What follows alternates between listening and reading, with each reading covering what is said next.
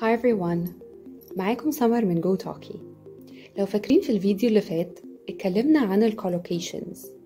فاكرين يعني ايه كلمة collocation؟ Exactly. collocation عبارة عن a verb plus a noun. وخدنا collocations اللي بنقدر نستخدمها مع ال verb make. فاكرين ال examples؟ Great. Make arrangements for. Make a plan. Make friends. في فيديو النهاردة هناخد collocations جديدة مع verb جديد وهو ال verb do. For example, do harm to someone or something. Do damage. Do your best. وبكده تقدروا تفرقوا ما بين ال collocations اللي بنقدر نستخدمها مع ال verb make وال collocations اللي نقدر نستخدمها مع ال verb do. لو تعرفوا أي collocations أكتر let me know in the comment section below. وما تنسوش تسألوا عن الباكجز المتوفرة في Go Talkie عشان تحسنوا من ال speaking skills بتاعتكم. See you in the next video.